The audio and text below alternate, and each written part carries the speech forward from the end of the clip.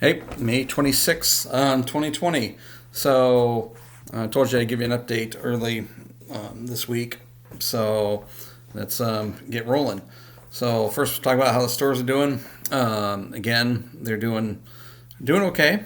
So I've been pretty encouraged with things. So what I did was got my notes here. So what I'm doing is I'm kind of looking at the sales and number of transactions at each store. And from May 1st through, I think it was Friday last week, whichever date that was, the 24th, whatever. So the AIM store has been running about 85%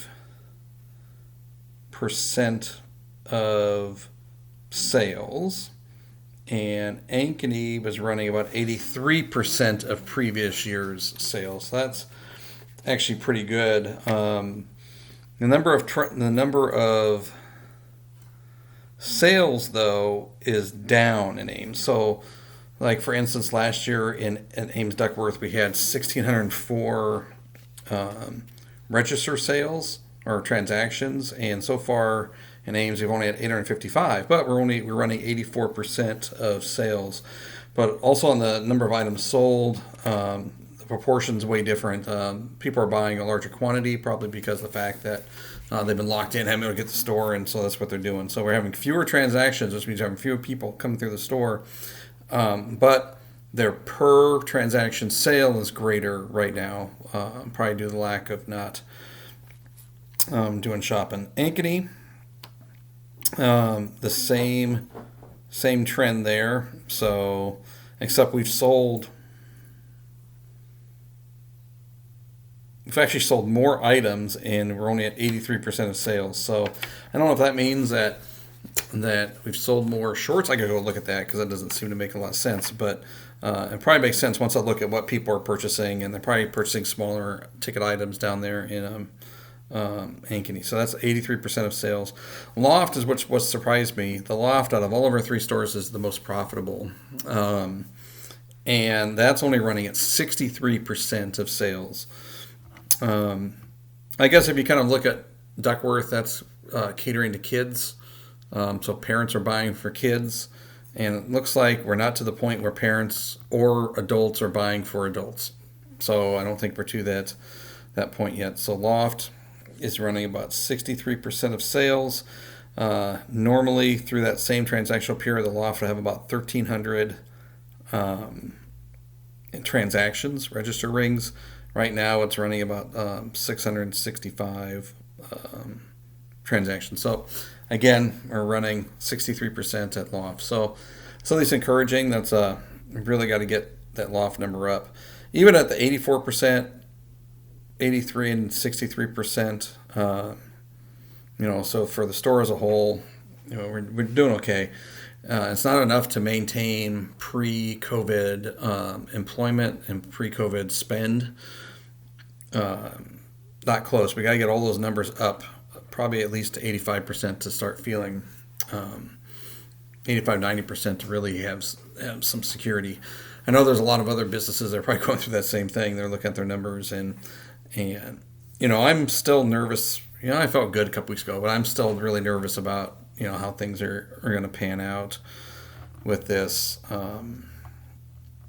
I've talked to some other people this weekend that work at businesses or have businesses, and there's going to be a breaking point for a lot of these places at some point. I've been keeping up with trends nationally. Thing was, and some economists are saying 50% of businesses just won't make it. Small businesses.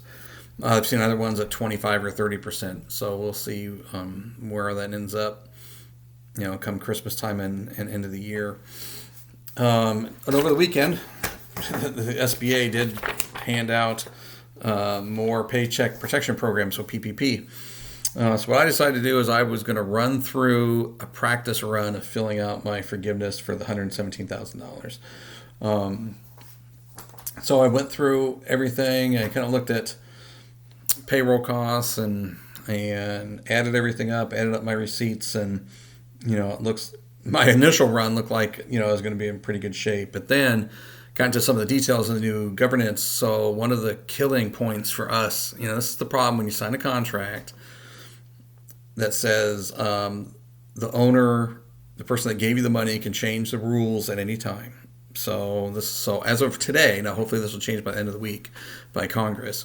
But as of today, if you're an owner in a company like ours, and the rule was set up that at 100,000, that no employee can make more than $100,000 per year through their weekly average or whatever your payroll average is. So it's like $1,900 a week, something like that. So, and this is where it really hurts like a business like ours, because Amy works full time. She works 50, 60 hours a week at this business. And last year in 2019, I probably averaged about 5 to 10 hours a week, probably closer to more than 5 a week, working on the business. And so I compensated myself appropriately as an owner for that. Well, so SBA comes out, or Treasury comes out and says, okay, if you're an owner, you can only pay yourself. You have to take what you made in 2019 and divide it out to, I can't remember what the stupid number is. Basically, take 8 weeks worth of pay in 2019. So you take 2019 salary, divide by 52, which is 52 weeks a year, multiply that by 8 weeks, and that's the maximum amount an owner can make. So that's like $15,000 over the 8 weeks. Okay, so here, now I'm an owner, so now I fall into that. So I've been busting my ass since this thing started to keep track of all this crap, to work in the store some, to, keep other things going. And so I'm working close to 40 hours a week. Been working close to 40 hours a week since this thing happened with this job. But I can only compensate myself at 5 hours a week right now based on the rule. And so that totally throws off the payroll numbers that we had estimated for forgiveness. So now I don't have enough payroll for forgiveness. So we'll see what happens this week. I was reading today that Congress has a couple bills that allow you to spend it over, instead of 8 weeks, I think it's 16 weeks or something like that. If that's the case, we're good. Fortunately, what they did do, though, was that allowed us you can move your idle date. So we got it on like April 20, let me look at my calendar here. So we got the idle on April 22nd. So you have 8 weeks from the 22nd to spend your money. So we had a really small payroll in there, and then we had a ramped up payroll, and then we'll have 3 normal size payrolls. So that seems to work. But what they did now was they made it so you can move the start of your calculation to the beginning of your next full pay period. That may actually help us. I got to run through the calculations again. As you see here, here's the calculations. I got to run through the calculations again with that scenario. So as an owner, you're really going to have to, and you took the PPP, you're really going to have to run through multiple scenarios of things. So I went through and so here's how I did the calculations. So you can there's 2 different date ranges you can take for your FTE calculation, which are completely different than when you did the application to begin with. And we came up with 15 FTEs. So I took the one from January 1st, 2020 through February 29th, 2020. And I took each employee that worked, and you have to do it for each week that they worked. And then then you basically take number of hours worked divided by 40. If they work over 40, it's considered 1 FTE. But if they work less than that, then you take it down to the 10th place. So I took every employee for each week, did that, brought those together, averaged it up. So I ended up with 14.4 FTEs. So that's pretty close. But it was how we calculated before was we just took our hourly payroll numbers. We took all of our payroll numbers for 6 months, and then we just divided it by the number of hours worked, because our managers don't work. How our time system works is it's 40 hours we only have 3 salaried staff, but everyone else is you get overtime and stuff. So we took our total number divided by, the appropriate things to get our FTEs. And so this is a little different. So now I had to go through and take how we did our payroll for the 8 weeks, and I couldn't just add everyone's numbers up and divide by 40. I had to actually give everyone a factor, and so I came up short on that. So a little bit short on that. How we remedy that is we just give. I mean, this is really bad to say, but what you do is you just say you have Joe. Joe's only working 30 hours a week. Well, now you give Joe pay for 40 hours a week, but Joe still works 30 hours a week. And that's how you can get a few extra hours. But yeah, we'll see where this goes. I know I'm kind of rambling here, and everyone's going to be totally confused about what I'm saying, but it is a little confusing thing. But if you got the PPP application, I suggest you get it and run your forgiveness through as the rules stand today. And I go back to the payroll. So you can do the payroll. You can move it to the very first date of your next payroll after that. So if we do that, our FTE count and our payroll should come into play. One thing as a business owner as me is going to hurt me is I'm also may come up a little bit short on the other money to spend. And since I had one of my landlords offered to defer rent, so we just extended my lease by 2 months at the end and didn't pay rent for April and May, that's actually going to hurt me on this now because I could have used that rent money for May to help offset and hit the numbers. But I think we'll be able to work the magic if Congress extends it. And there's also talk of Congress changing the 75% rule for payroll. So if that happens, I should be in really good shape then if they extend to that 12 weeks. And it's really frustrating though to do good faith in what the initial rules were and then come back and change it. I know it's government, man. It's government. This is how they work. You got to be, fair, whatever that means, right? So, there's probably somebody was complaining about some business owner that was making $20,000 a year, and then they jacked their pay up to $100,000 a year on average for the 8 weeks.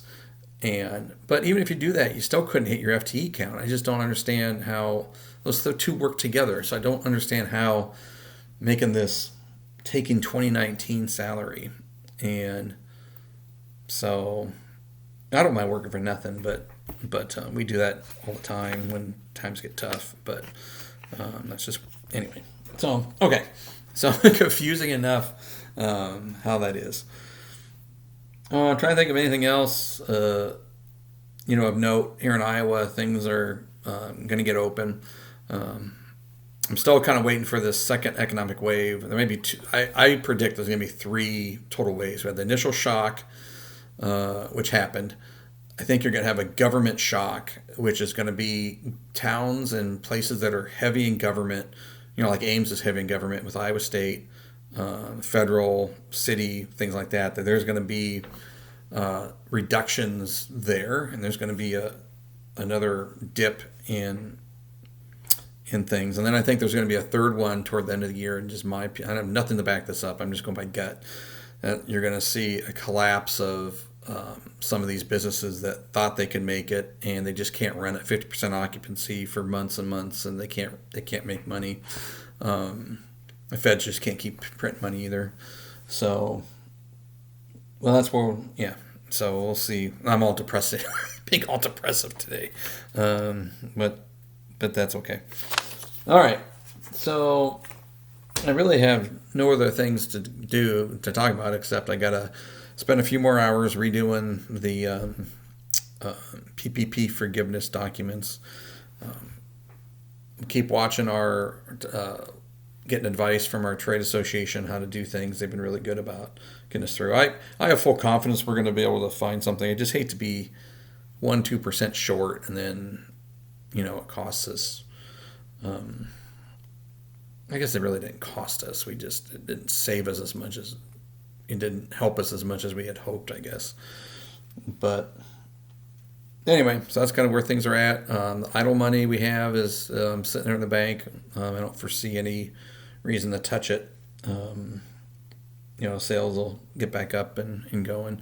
Online sales are still strong. I haven't checked with Amy to see how curbside pickup's going and things like that. I think that let's see if that's kind of trending off a little bit or not. I don't know.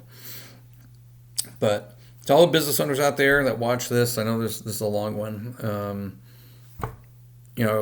Find a way to make it through. I think the worst part's over. It's just a matter of how you can hold on to some of your cash, how you can if you got the PPP, get that forgiven. But okay. Well, with that, I'm going to sign off. I'm probably going to do I'll probably do one probably on Thursday, since today's Tuesday, Thursday or Friday morning, and kind of talk about where hopefully Congress will get things done and maybe change how we get the PPP going. So, okay.